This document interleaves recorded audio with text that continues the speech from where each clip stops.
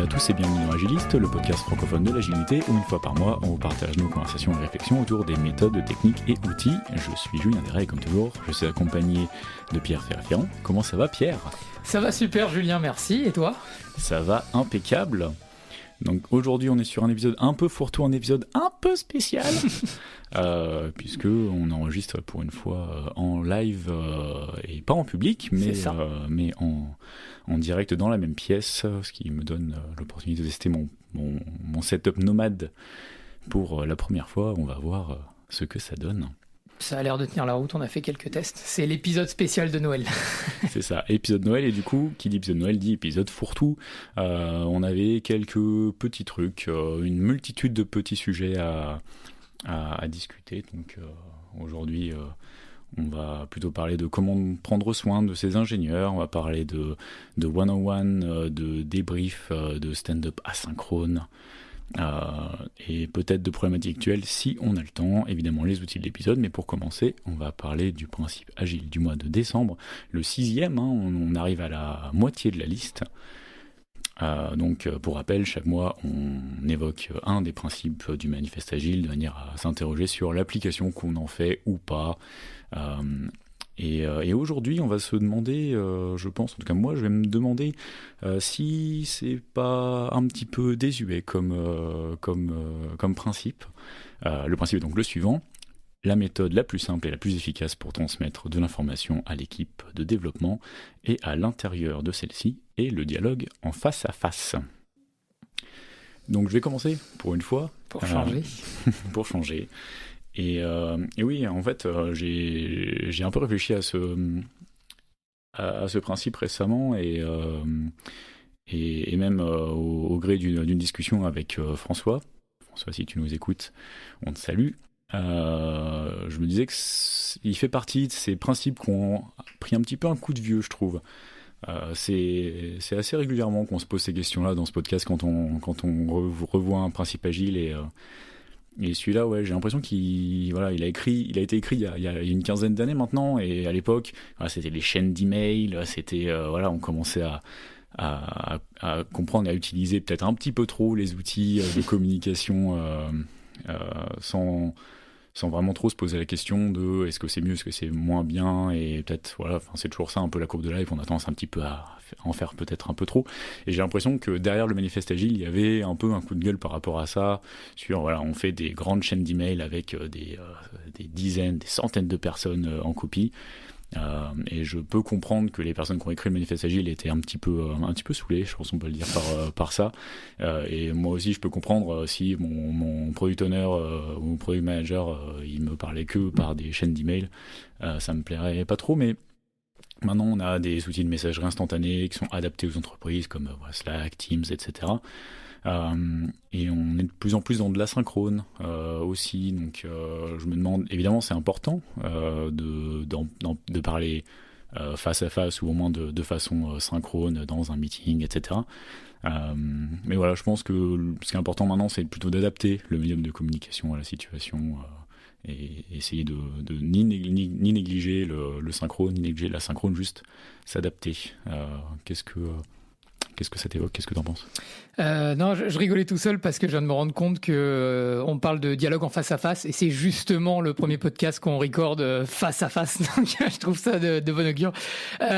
Donc pour moi, ouais, comme tu as dit, c'est vraiment, faut le remettre au goût du jour, puisque j'irai plus loin que toi, ça fait pas 15 ans, ça fait 20 ans que le manifeste agile date de 2001, et donc en 2021, on souffle les bougies des 20 ans du manifeste agile. Donc comme de fait, c'est un principe qui est assez vieux. On avait déjà eu la remarque avec quand on parlait par exemple de la delivery, le fait que le Scrum Guide parle de mois et non de semaines, si ce n'est de jours, puisqu'à l'époque les déploiements n'étaient pas aussi simples, rapides et sûrs qu'ils le sont aujourd'hui. Et de la même manière, je pense que ce principe-là vieillit mal avec l'ère du temps.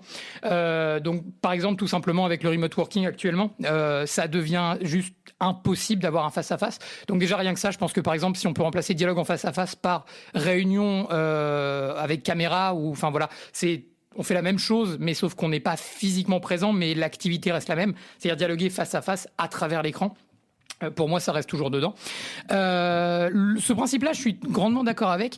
Par contre, je vais faire un point parce que je trouve que souvent, il est mal interprété. Et moi, je vais vraiment insister sur le fait qu'on parle de la manière la plus efficace pour transmettre de l'information. Et j'insiste vraiment sur le transmettre de l'information. On ne parle pas de garder une trace. C'est-à-dire que c'est deux choses différentes. Et souvent, malheureusement, quand on communique, les deux overlappent un petit peu, donc se chevauchent. Et donc là, on parle vraiment de transmettre. Donc moi, je pense qu'il faut transmettre l'information directement en face à face.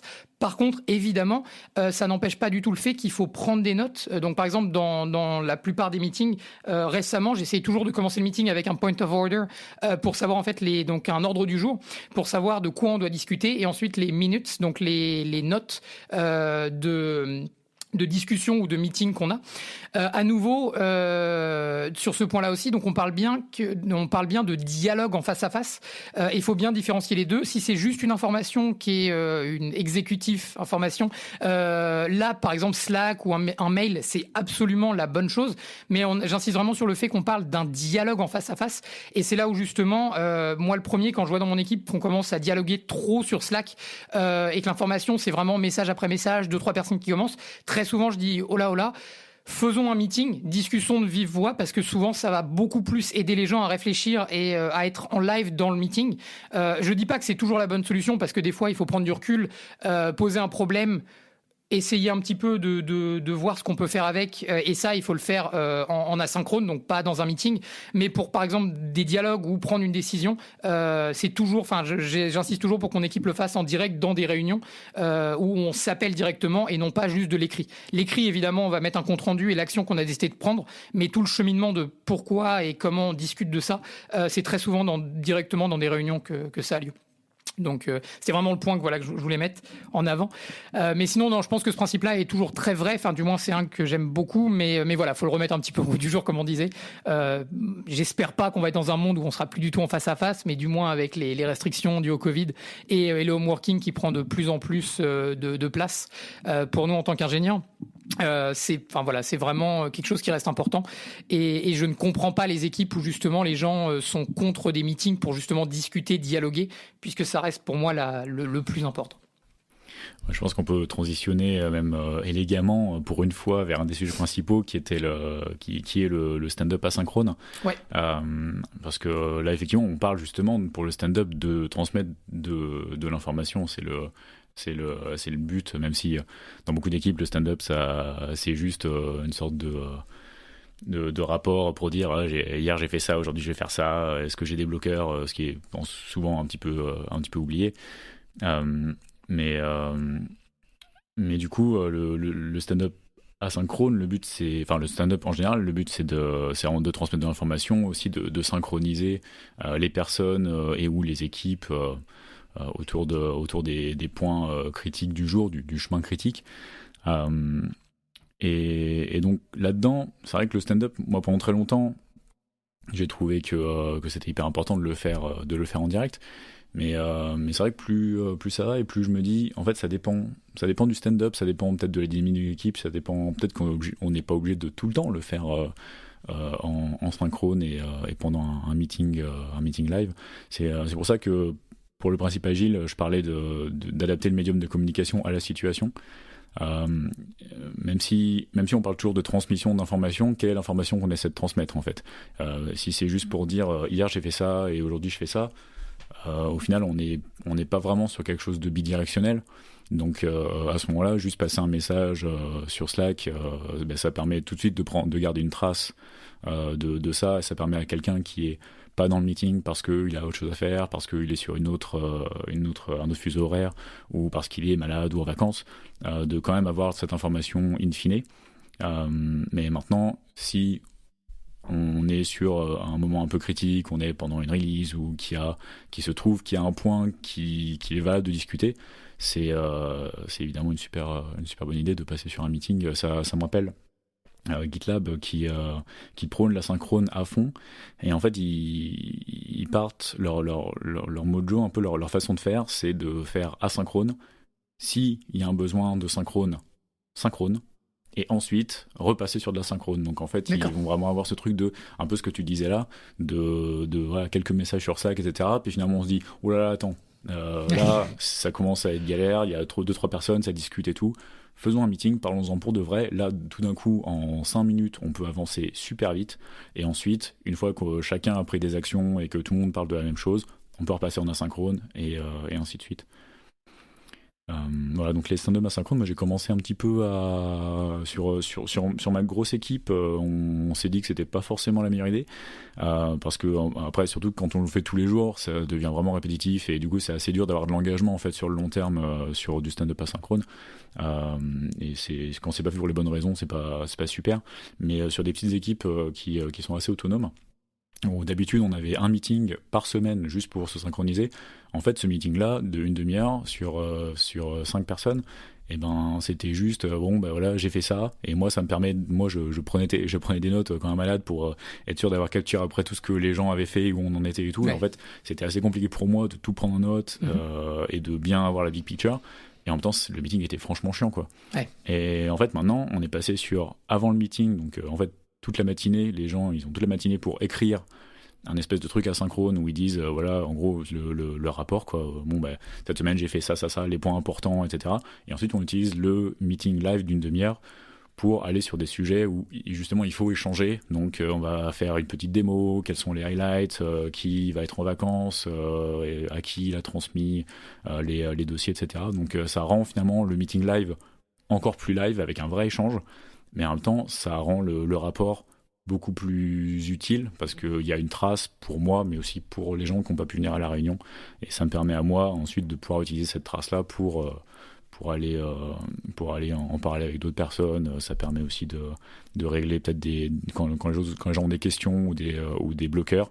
Ça me permet moi de pouvoir aller à gérer ça de suite et gérer ça dans Slack. On peut peut-être taguer quelqu'un, mentionner quelqu'un qui n'est pas dans l'équipe parce qu'il y a besoin, ce qu'on peut pas vraiment faire en meeting. Donc voilà, en ce moment j'essaie de tâter un peu ce terrain. Et pour l'instant, c'est assez intéressant finalement. En faisant plus d'asynchrone, on rend les choses finalement un peu plus humaines de l'autre côté. Ouais. C'est un point justement, je suis en train de faire un peu la chasse aux meetings qui sont là parce qu'on doit les faire. Et justement, je suis en train de voir pour surtout 2022, pour pouvoir retirer ces meetings-là. Puisqu'on a de plus en plus de meetings qui nous tombent dessus, qui sont en dehors de l'équipe. Et donc, j'aimerais justement pouvoir pas ne plus avoir de meeting d'équipe, mais d'avoir le moins possible, sauf si on en a besoin. Une question pour toi, est-ce que du coup c'est toi qui décides quand il y a un meeting ou est-ce que ça peut être n'importe quel de tes ingénieurs qui dit les gars là je pense qu'on a besoin de faire un call et ils le font comme ça Non, en général ils n'ont pas besoin de moi pour faire ça. C'est assez rare que j'ai besoin d'intervenir. Okay. Mais peut-être que parfois il faudrait que j'intervienne un peu plus et un peu plus en amont, mais non, ce sont des grandes personnes. Ouais. J'espère. Non, je m'en doute.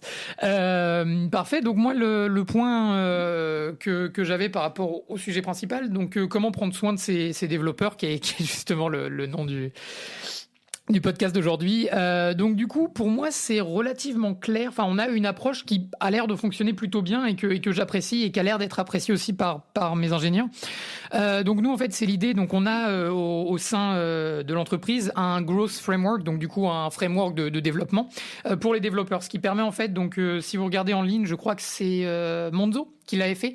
Ils avaient fait une version vachement sexy où en fait ils expliquaient, donc on pouvait simplement cliquer, voir les différents niveaux, les compétences attendues, on va dire l'influence, et c'était en fait par compétence. Donc il y avait par exemple une compétence sur la communication, évidemment la plus grosse partie était la partie technique, et en fait on voit quand on passe d'un ingénieur SI1 à un ingénieur SI6, donc qui est quasiment un principal ou même un VP of Engineer à ce niveau-là, on se rend compte qu'en fait le technique est de plus en plus abstrait et va de plus en plus de l'implémentation vers l'architecture, et on voit que tout ce qui est lié par exemple à la communication, au recrutement, à l'influence et tout ça, là ça commence vraiment à prendre de plus en plus d'ampleur.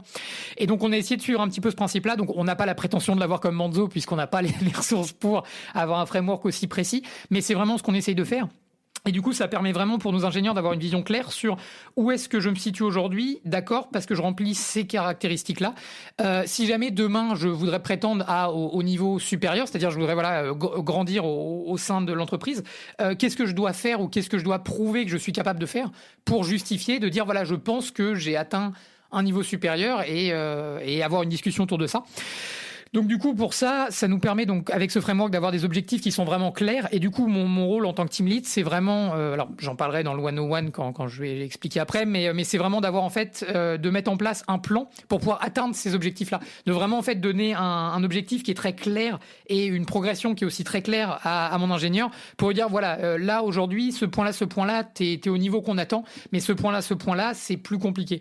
J'ai l'exemple parfait par exemple, alors évidemment on s'attend pas à ce que quelqu'un coche toutes les cases parce qu'on a tous des approches différentes, mais j'ai l'exemple par exemple d'un de mes ingénieurs juniors qui est vraiment très très bon au niveau technique, c'est-à-dire que si c'était purement, en fait si on évaluait purement sur le technique, il serait plus junior, il serait déjà mid, mais le problème c'est qu'on a aussi d'autres compétences qui viennent autour, par exemple l'impact au niveau du produit ou les discussions générales et la communication, et en fait tous ces points-là font que je ne peux pas encore passer cet ingénieur à mid, mais du coup quand j'en discute avec lui, parce que lui évidemment pense être mid techniquement, mais du coup ça me permet vraiment de pouvoir lui montrer et lui dire voilà, techniquement, bien sûr que tu as atteint ce qu'on attendait, et même au-delà. Mais par contre, sur ce point-là, on attend que tu deviennes meilleur, que tu t'améliores, que tu progresses. Et donc, du coup, ça me permet vraiment de pouvoir lui dire, voilà, c'est là où on attend que tu progresses et voir avec lui comment est-ce qu'on atteint ce point-là. Et donc, c'est ce que nous, on a donc un PDP, Personal Development Plan, donc un plan de développement personnel. Et donc c'est vraiment ces deux outils-là, l'un et donc le framework de progression et le plan de développement personnel, les deux ensemble permettent vraiment de prendre soin du développeur au niveau de sa progression. Donc ça évidemment c'est la première partie. Après après évidemment il faut s'assurer. Alors ça c'est vraiment je pense le point le plus important puisque c'est toujours. Enfin je pense que c'est là où il y a la plus grande reconnaissance ou du moins le plus gros engagement d'un développeur quand il voit de lui-même qu'il progresse au fil du temps. C'est-à-dire, il n'est pas juste une entreprise pour faire le même boulot pendant des années. Il y a vraiment une progression au niveau de ce qu'il fait. Et donc voilà, je pense que c'est pour moi une des plus grosses composantes de comment prendre soin de ses développeurs. Je ne sais pas si tu as un point là-dessus, Julien. Non, c'est assez intéressant. Alors moi, je travaille aussi un petit peu sur ces choses-là. En début d'année, on a pas mal travaillé sur la carrière ladder, justement, sur l'espèce de un peu notre growth framework finalement. C'est ça, ouais. Et en ce moment, on est en train d'ailleurs de se poser un peu des questions. On a pareil, donc par exemple, quand tu veux passer de ingénieur 1, ingénieur 2, ensuite passer à senior, comme tu le disais, on commence à vachement pas beaucoup plus, mais on commence doucement à aller sur un peu moins du technique et un peu plus des soft skills, même si on attend évidemment que le personnel senior soit technique et connaisse très bien le domaine, etc. Mais du coup, il y a une question, une remarque qui a été levée par un autre manager que j'ai trouvé assez intéressante, qui était de se demander qu'est-ce qui se passe pour les personnes qui sont introverties. Parce que moi, par exemple, là comme ça, j'attends d'un senior qui est vraiment du leadership, que ce soit quelqu'un qui puisse coacher des juniors, qui puisse peut-être je sais pas, participer aux entretiens, etc. Mais en même temps, c'est vrai que tu peux pas être totalement inclusif si tu exclus complètement les gens qui sont, je sais pas, qui sont pas capables, mais qui sont pas hyper à l'aise avec ça. Mais bon, du coup, comment ça se passe ? Est-ce que tu crées une autre track ? Est-ce que t'as deux branches ? T'as la branche vraiment technico-technique, avec quelqu'un qui va être super expert, parce que ces personnes-là, il faut quand même qu'elles puissent monter les échelons quand même, quoi, qu'il y ait une certaine reconnaissance au bout. Mais en temps, comment est-ce que tu concilies les deux ? En ce moment, on est en train de réfléchir un peu à ça, comment raffiner un peu ce Growth Framework pour réussir à emmener tout le monde avec nous. C'est pas hyper évident, mais il va falloir que je lise encore un peu de littérature et je regarde comment les autres font. Ouais. Ben c'est là où c'est justement pour ce point précis que nous on a le framework. En fait c'est pas binaire, c'est-à-dire c'est pas tu passes ou tu passes pas, c'est vraiment en fait on évalue. Et donc je vais reprendre l'exemple de l'ingénieur dont je parlais, même si techniquement il excelle au-delà de ce qu'on attend d'un junior, comme les autres en fait sont vraiment bas par rapport à ce qu'on attend. En fait, moi, je vais pas l'amener au niveau où on attend à ce que tous les curseurs soient au-delà de nos espérances. Mais maintenant que je sais qu'il excelle déjà au niveau technique, moi, c'est surtout en fait réussir à ramener le curseur au niveau communication, tout ce qui va être autour de l'engagement qu'il a au niveau du produit, être sûr de ramener à un niveau qui est correct. Mais évidemment, je vais pas attendre de lui qu'il excelle aussi sur ces points-là, puisque déjà de base, je sais que il a une facilité, enfin, il a une appétence pour le technique plus que pour ces items-là. Donc évidemment, il doit les cocher pour pouvoir progresser casser avec nous. Mais voilà, on reste assez flexible puisqu'on sait que, comme tu disais, chaque personne a un comportement différent, un caractère différent. Par exemple, dans mon cas, je sais qu'au niveau communication, c'est plutôt un curseur qui va plutôt vers le haut, mais j'ai d'autres points où c'est plutôt vers le bas. Mais comme toujours, ça compense. On a tous des points forts et des points faibles. Le but, c'est d'être sûr que le framework qu'on a en place permet justement de capturer tout le monde, quoi. Donc, mais c'est un exercice qui est très compliqué et c'est pour ça que d'ailleurs ces Monzo ont retiré leur première version qu'ils avaient, puisqu'en fait il y a des entreprises qui l'ont repris texto, sauf qu'en fait eux derrière avaient ils avaient de la ressource pour expliquer et pour justifier, et en fait beaucoup trop de gens l'ont pris au pied de la lettre en se disant ok, je check ça, c'est bon, c'est validé. Et donc du coup là je sais qu'ils sont en train de potasser énormément sur une version 2 qui devrait aussi être remis en open source. Mais quand ce sera fait, je serais très intéressé d'y jeter un œil parce qu'à mon avis, il y aura énormément de choses à apprendre d'eux. Effectivement, à Sudborg, on a pour habitude maintenant de dire que la Career Ladder, c'est plus une boussole qu'un GPS. Et que voilà, c'est poétique. C'est ça explique bien que le but, c'est pas de cocher toutes les cases, mais au moins ça permet aux gens d'avoir une idée du niveau qui est attendu. Cool. Avançons sur les débriefs sans transition. Alors, débriefs, j'ai peut-être déjà mentionné par-ci par-là dans ce podcast, mais ouais, je commence à avoir. En fait, il y a quelques mois, on a carrément viré les rétros. Qui étaient dans le cadre de Kanban, pas forcément la meilleure idée. Donc c'était à défaut d'avoir autre chose. Mais maintenant qu'on a vraiment pris l'habitude de faire des débriefs qui sont vraiment centrés autour d'une épique ou de quelque chose qui est sorti, ça commence à être intéressant et ça fera aussi écho à mon outil de l'épisode. Un de mes outils de l'épisode, j'en ai 2 aujourd'hui. Oh là, no spoiler. Mais ouais, du coup, les développeurs commencent à prendre l'habitude de faire les débriefs et je les sens beaucoup plus chatty. Ils parlent beaucoup plus que quand on fait une rétro sur comment ça s'est passé sur un truc un peu large, un peu voilà, sachant quand on fait pas du Scrum, on peut pas vraiment. Moi, je veux bien qu'on parle de process et tout, mais bon, les développeurs, c'est pas toujours trop leur cam. Mais par contre, voilà, de débriefer sur comment ça s'est passé, qu'est-ce qui s'est passé, qu'est-ce qui s'est bien passé, et surtout quels résultats. En gros, à chaque fois, j'ai un petit framework où on parle du résultat. Donc en fait, pas comment ça s'est passé encore, mais juste quel résultat, qu'est-ce qu'on a sorti, est-ce que c'est bien, est-ce que c'est conforme à ce qui était attendu quand on a commencé à réfléchir.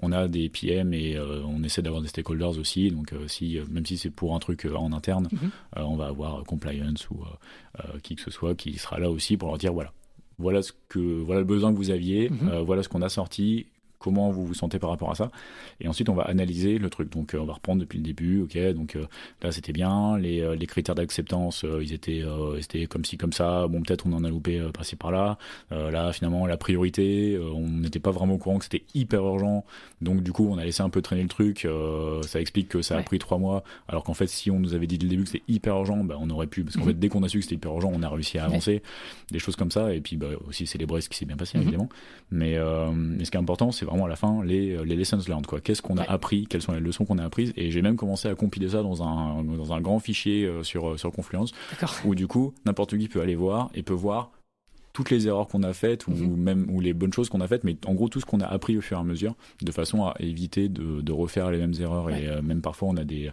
épiques qui, par exemple, récemment on a sorti la version française, c'est la première fois qu'on sort une nouvelle langue pour l'application, donc il y a eu pas mal de choses à défricher.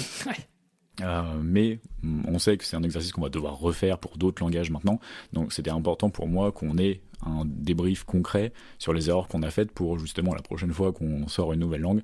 Déjà la première chose qu'on va faire c'est ok, qu'est-ce qu'on avait fait l'autre fois, qu'est-ce qui nous a posé problème, de façon à ce qu'on garde ces trucs là en tête. Et c'est un truc que j'ai trouvé plutôt pas mal. Je sais pas à long terme si vraiment on va vraiment avoir le réflexe de retourner voir les lessons learned, etc. Mais bon, c'est mieux.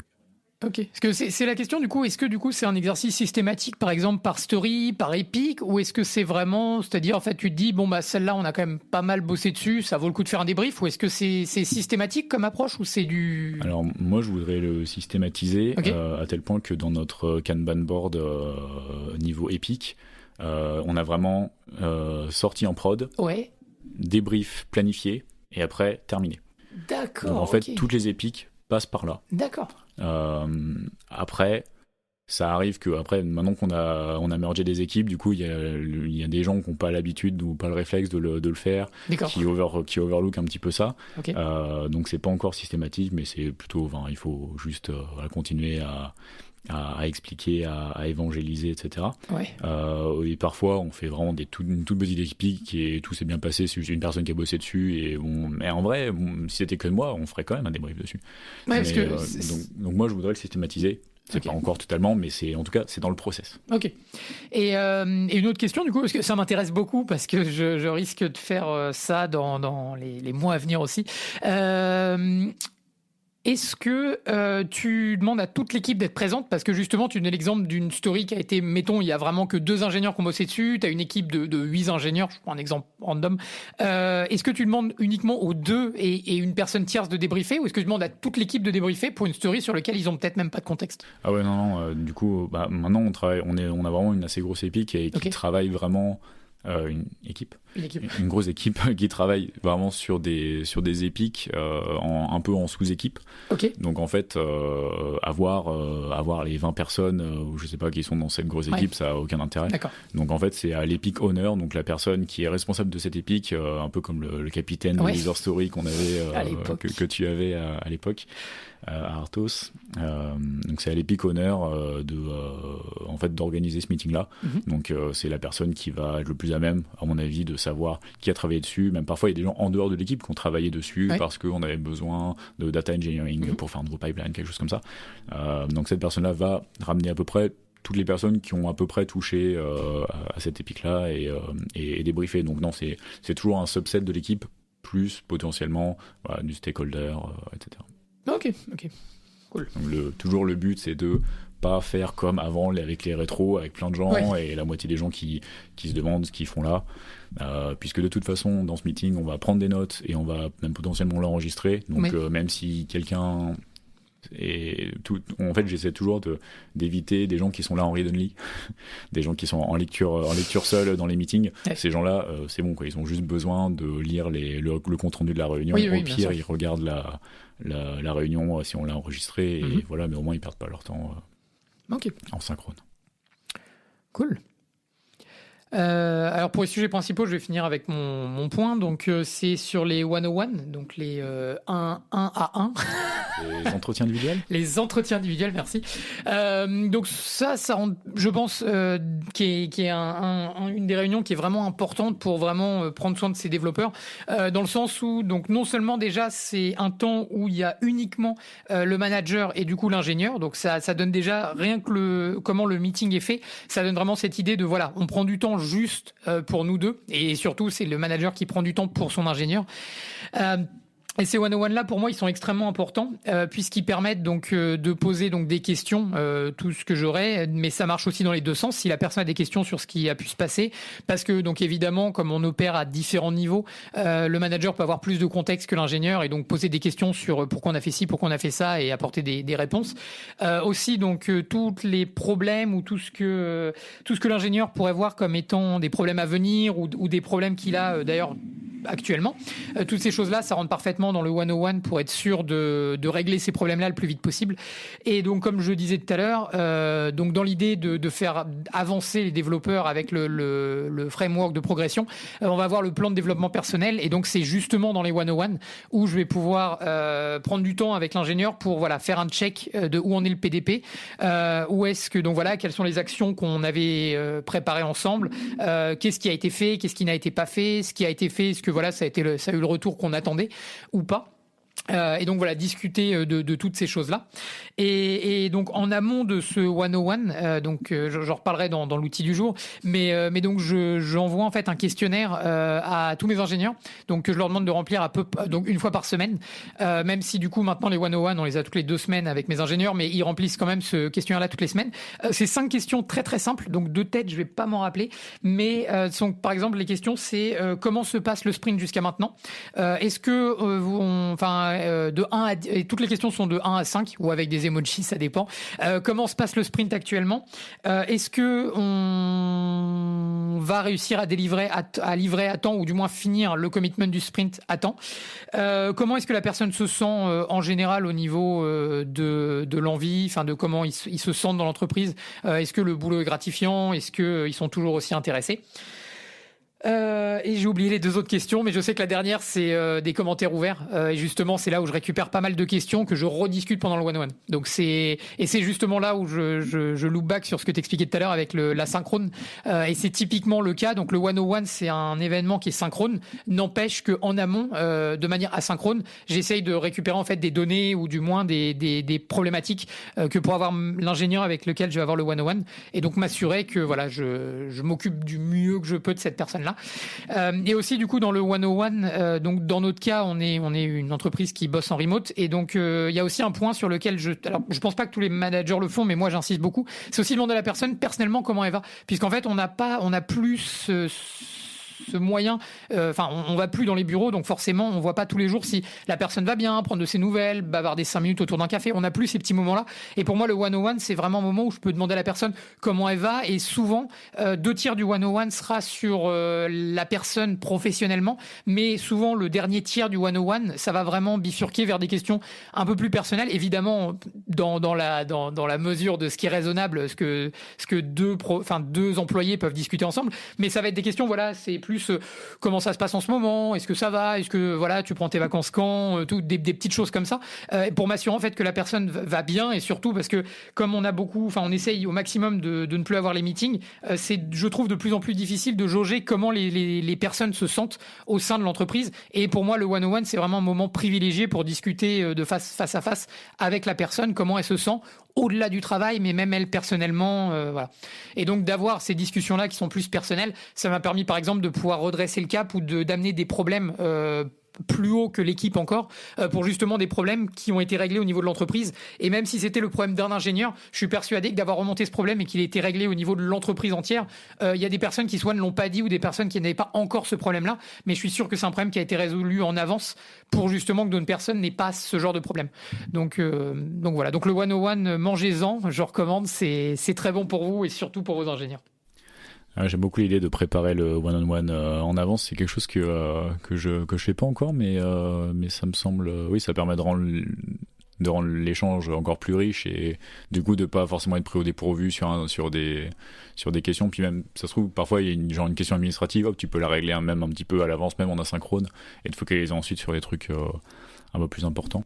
C'est exactement, c'est arrivé plus d'une fois où en fait je suis arrivé dans le 101 et avant même qu'on commence, je dis voilà, t'avais telle question sur le formulaire que t'as rempli, celle-là c'est réglé, voilà, et celle-là faut qu'on en discute. Et donc du coup ça permet vraiment de clarifier, et aussi ça permet, comme c'est le formulaire est systématique, ça permet de l'avoir systématiquement, et du coup l'ingénieur a pas besoin de préparer des notes à chaque fois, puisqu'en fait simplement en remplissant le formulaire il a déjà préparé les notes pour lui et pour moi.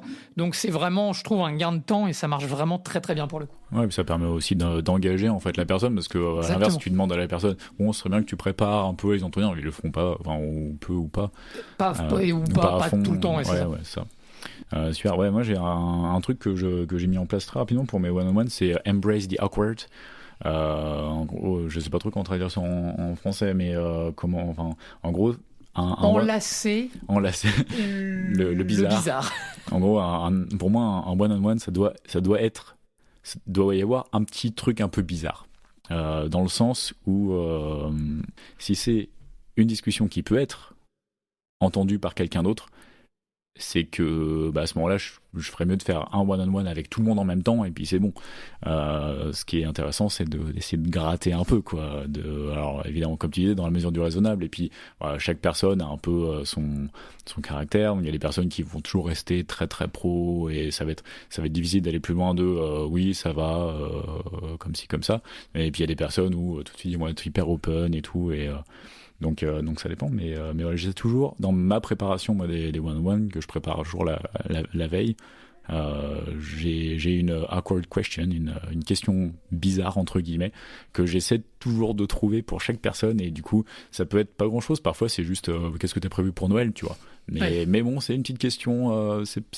Pour certaines personnes, ça va les mettre hyper mal à l'aise. Certaines personnes, c'est genre pas du tout à quoi, mais du coup, je mets le niveau. J'essaie de trouver le curseur pour chaque personne, mais j'essaie toujours d'essayer de casser un peu ce mur qu'il est beaucoup plus facile de casser autour d'une bière ou à la machine à café qu'en remote, c'est un peu plus difficile, quoi. Ouais.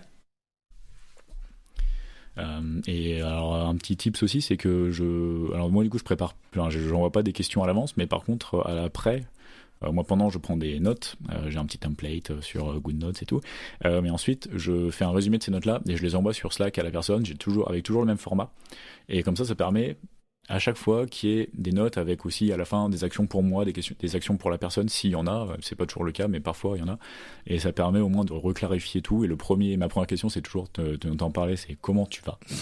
Et je note systématiquement la réponse de la personne. Au début, ils s'en rendent pas compte, et après, quand ils voient dans mon résumé, le premier truc, c'est genre all good ou quelque chose comme ça, avec un smiley ou quoi, ou genre un peu malade ou quoi. Mais je le note à chaque fois, et du coup, la personne se rend compte, ok, d'accord, il l'a pris en note, et du coup, c'est une information qui compte pour lui, donc peut-être la prochaine fois, ou si un jour c'est vraiment il y a une réponse qui est particulière, qui change un peu, et ben peut-être que la personne se sentira plus à même de partager, et ça permet d'avancer un peu plus, quoi. Ouais, non, c'est sur le coup. Donc moi, je fais pas de compte rendu, mais en fait, j'ai simplement un Google Sheet, un Google Doc que je partage avec la personne. Et à chaque fois, j'ai toujours la même trame.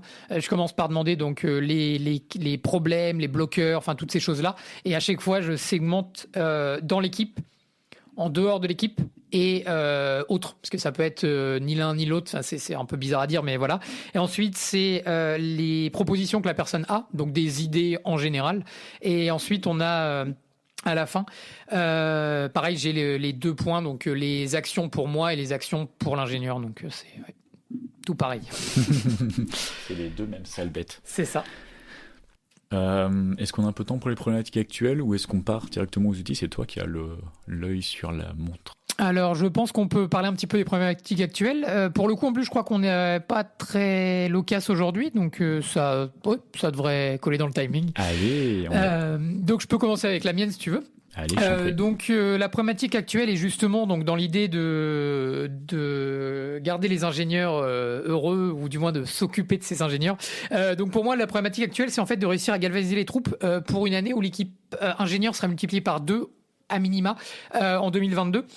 Donc c'est un peu compliqué parce qu'en fait on a fait beaucoup de boulot, et ça va être encore sûrement le cas, je pense, en janvier, février surtout, où en fait on est surtout en train de préparer beaucoup de boulot pour les autres ingénieurs à venir.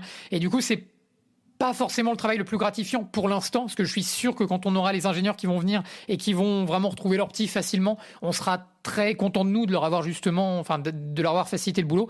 Mais actuellement, c'est un peu difficile pour les ingénieurs de se dire bon, on avance un peu moins sur le produit, on consolide pas mal de choses, et c'est pas forcément des phases qui sont les plus sexy, ou celles qui sont les plus celles où on va être le plus comment on dit, motivé, ou du moins enfin on va être dans le jus pour vraiment se dire allez let's go, on va sprinter quoi. Donc c'est ma problématique actuelle que j'ai. Donc si tu as des petits tips, mais alors les tips que j'ai mis en place pour l'instant, donc c'est vraiment de mettre en avant le fait que voilà, on va grossir les équipes, on va avoir plus d'équipes, et donc du coup ce que je dis à chaque fois aux personnes, je dis aux ingénieurs, je leur dis le boulot que tu fais maintenant, tu te remercieras l'année prochaine, parce que c'est en gros peut-être 10 questions de moins, c'est des bugs enlevés, enfin voilà, il y a beaucoup de choses qui vont être facilitées.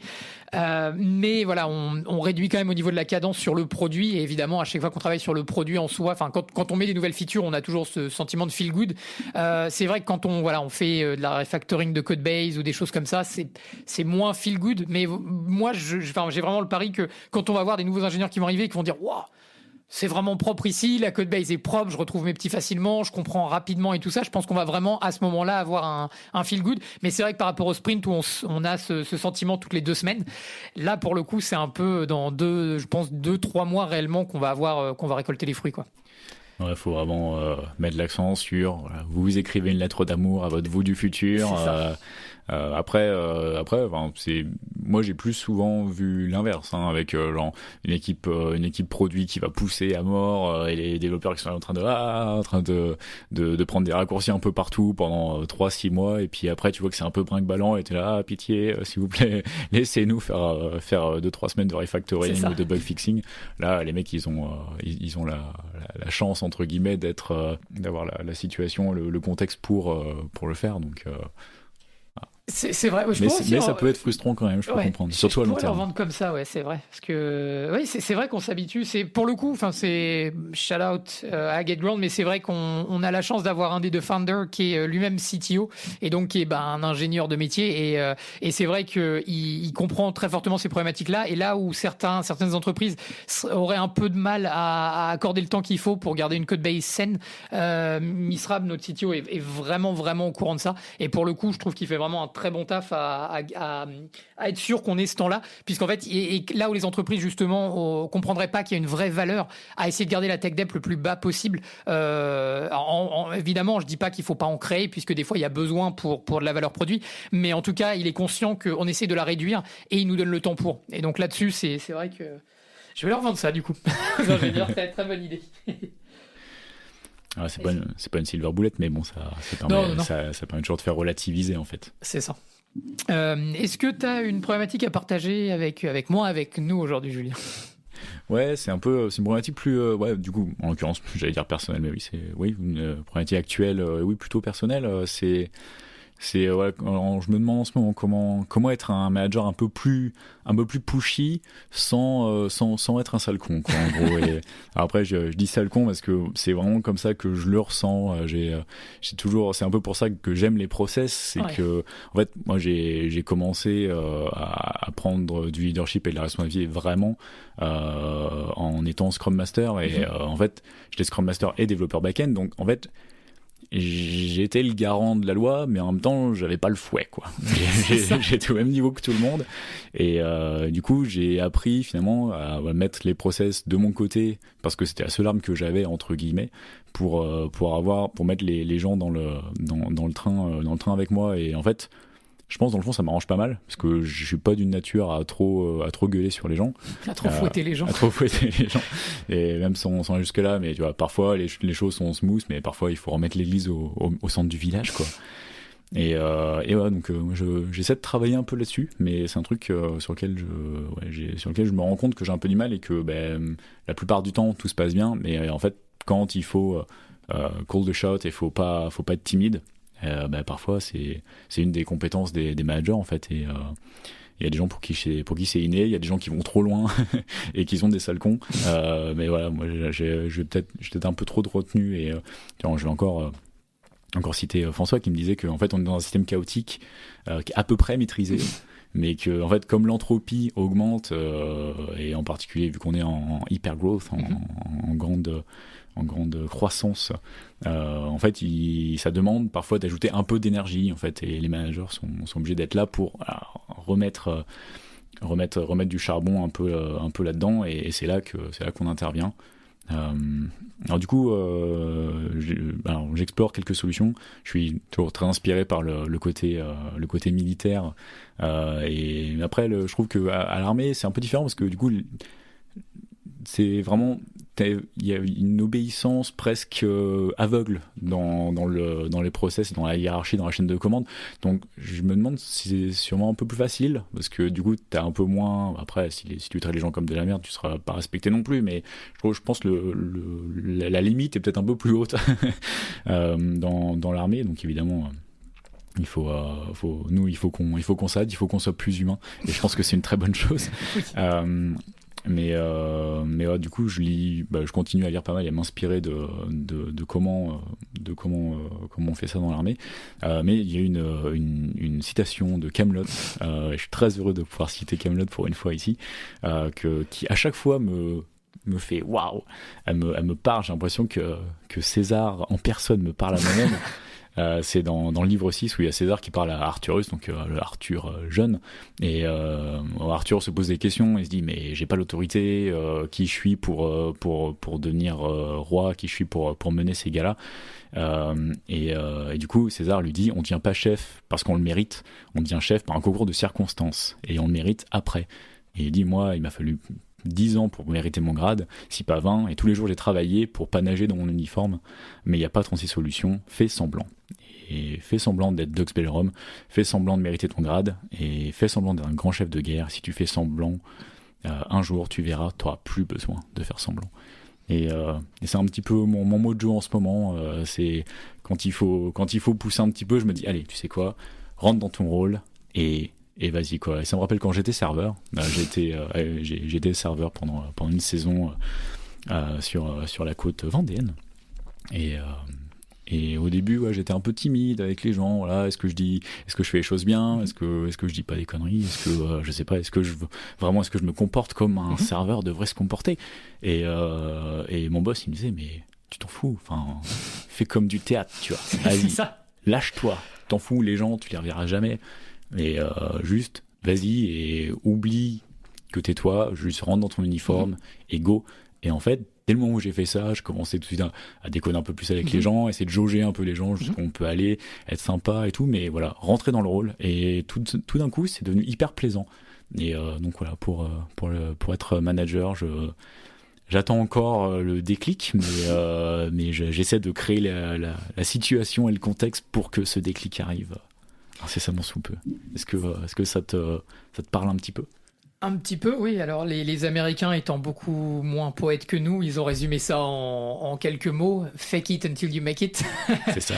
mais c'est vraiment l'idée. Non, je suis d'accord avec toi. C'est après, c'est pour le coup, on peut en discuter un peu, mais c'est un problème qui existe même au niveau des ingénieurs. C'est ce qu'on appelle le syndrome de l'imposteur, que beaucoup d'ingénieurs en souffrent. Et d'ailleurs, j'invite les gens à regarder des statistiques, puisque les études qui ont été menées démontrent que dans la majorité des cas, c'est un sentiment qui n'a pas lieu d'être. Et c'est justement la pression que se mettent les gens, et particulièrement les ingénieurs, pour arriver à un niveau où comme tu dis, ils pensent qu'ils doivent être, c'est-à-dire ils imaginent ce qu'ils devraient être, et du coup en fait ils créent ce paradoxe qui est de se dire mais je suis pas à ma place, mais en fait tu y es pas, comme tu le dis, tant que t'as pas fait semblant de l'être, ou du moins c'est vraiment là où je suis d'accord avec toi, c'est qu'en fait il faut incarner, c'est toujours cette texte-là, mais pour moi, il faut toujours incarner la vision profonde qu'on a de soi. C'est-à-dire, il faut avoir une idée claire de la personne qu'on veut être et se forcer tous les jours à être cette personne. Et des fois, on a l'impression d'être un acteur parce qu'on doit jouer le rôle de notre propre vie parfois. Bon, ça sort un peu du boulot à ce niveau-là, mais c'est vraiment l'idée. Et j'avais mon oncle qui me disait, tu auras besoin de rendre dans ta vie de compte qu'il y a une seule personne dans toute ta vie. Et coup de bol, tu la croises tous les matins dans le miroir puisque c'est toi.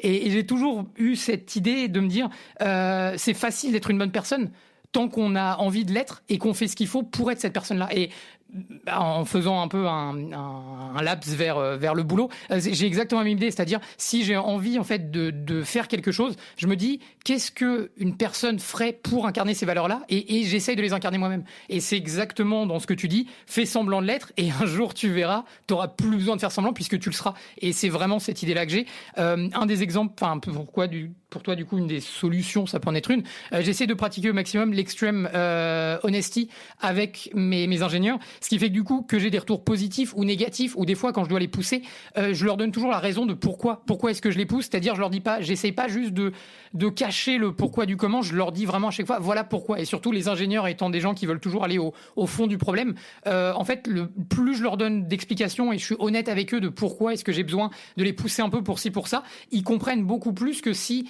j'essaye de créer un besoin artificiel ou une urgence artificielle. Et c'est vraiment en fait en leur disant la vérité de pourquoi est-ce que j'ai besoin de les pousser de temps en temps, que j'arrive du coup à tirer le meilleur d'eux. Et j'ai l'impression que ça marche vraiment très bien puisqu'ils comprennent pourquoi. Évidemment, je le fais pas tout le temps, mais les moments où j'ai besoin de les pousser, je leur dis explicitement pourquoi et ils le prennent plutôt bien la plupart du temps. Top. Là, j'avais envie de citer une quote de Radical Candor, mais je ne la retrouve plus. Alors, alors du coup, je vais aller vers les outils de l'épisode et je te laisse essayer de retrouver ta citation entre deux. Je l'ai. Ah, parfait. Care personally, challenge directly. Que je ne traduirai pas en français. La flemme. Donc pour les outils de l'épisode, alors je vais commencer. Le mien, alors j'ai pas de lien à proprement parler ni d'outil en soi. Enfin, c'est un outil qui est tellement générique que je voulais pas donner une solution en particulier. Mais c'est tout simplement en fait les questionnaires ou les formulaires. C'est quelque chose que j'ai remarqué qui a tendance à être de moins en moins en vogue, j'ai l'impression. Mais pourtant, moi j'y trouve énormément d'avantages. Donc je parlais du fait que j'envoie des questionnaires à mon équipe donc toutes les semaines et ça me donne en fait des idées ou du moins du thought processing. Donc ça me permet du grain à moudre. Du grain à moudre, merci. Donc ça me permet d'avoir du grain à moudre pour des réunions à venir, pour des one-on-one, pour toutes ces choses-là. Et je trouve que le questionnaire fonctionne énormément et extrêmement bien. Et du coup, on en a donc souvent, ça va être les RH qui vont faire des questionnaires ou ça va être certains départements. Et je trouve que voilà, l'utiliser au sein avec des ingénieurs, ça fonctionne très très très bien puisque souvent voilà, ils ont des retours qui sont vachement précis, ils ont souvent une approche qui est pas émotionnelle mais vraiment plutôt factuelle des faits. Et donc voilà, je trouve vraiment que le questionnaire, le formulaire, abusez-en. Alors, enfin, pas abusez-en puisque justement c'est une mauvaise idée, mais n'hésitez pas à faire plus, à essayer si vous en faites pas ou à en faire peut-être quelques-uns de plus si vous en faites déjà, puisque je pense que c'est un outil qui peut vraiment vraiment vous apporter beaucoup d'insight et à un coût qui est très très faible puisque ça prend quelques minutes à préparer, quelques minutes à répondre pour les ingénieurs et ce que j'en tire est vraiment intéressant et qualitatif. De toute façon, avoir de la donnée, c'est encore ce qu'il y a de mieux pour prendre des décisions. Hein. Exactement. Une décision aiguisée et, comment on dit, data-driven. Ouais, c'est ça. Alors du coup, tu as des outils pour faire des questionnaires un peu au-delà de Google Form Non, qu'est-ce alors, que tu utilises justement, alors Google Form, c'est un très bon exemple et c'est celui que je recommanderais. Essayez de garder surtout les questionnaires le plus simple possible. C'est vraiment le truc. Essayez pas de faire des questionnaires chiadés ou tout ça. Essayez vraiment d'aller du plus simple de... Quelle est la data que je veux connaître?